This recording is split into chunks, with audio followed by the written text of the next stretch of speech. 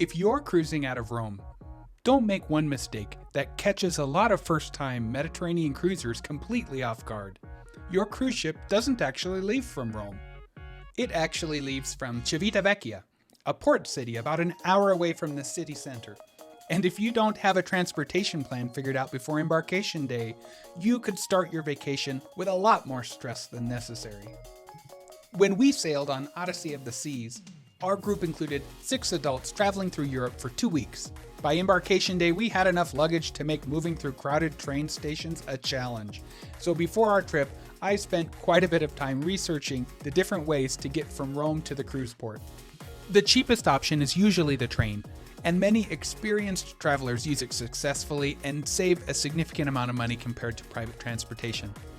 One tip that came up repeatedly during my research was to board at Rome Termini station if possible. As the train makes additional stops, it can fill up quickly, and finding space for multiple suitcases may become more difficult.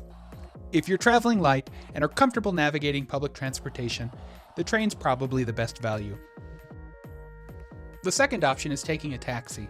Traditional taxis generally run about €150 from central Rome to the cruise port, although prices can vary depending on traffic and luggage.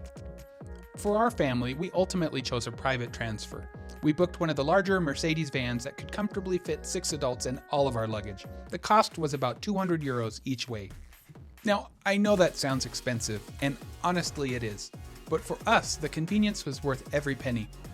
The driver picked us up directly at our Airbnb, loaded all of our luggage, and dropped us off right at the cruise terminal entrance. There was no dragging suitcases through the train stations, no worrying about schedules, and no concern about whether we would have enough room for our bags. Most importantly, we knew we were going to arrive at the port comfortably and on time. And remember, cruise ships do not wait for late passengers. Another option some travelers choose is staying overnight in Civitavecchia before embarkation. This can reduce transportation stress on the day of the cruise and may save some money.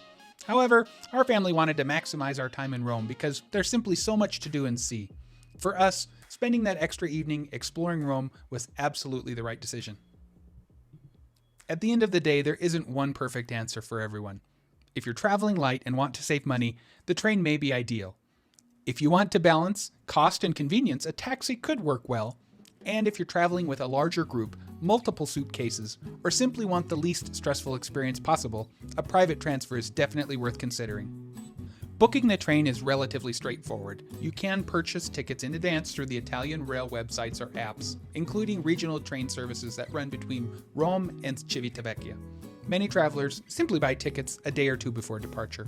Just remember that you'll still need transportation from Civitavecchia train station to the cruise terminal. For a taxi, you can either use Rome's official taxi stands, ask your hotel to arrange one, or use a rideshare app if available. I would strongly recommend confirming the approximate fare beforehand so there are no surprises on embarkation day. Private transfers can be booked online well before the trip. We found numerous companies offering services between Rome and the cruise port.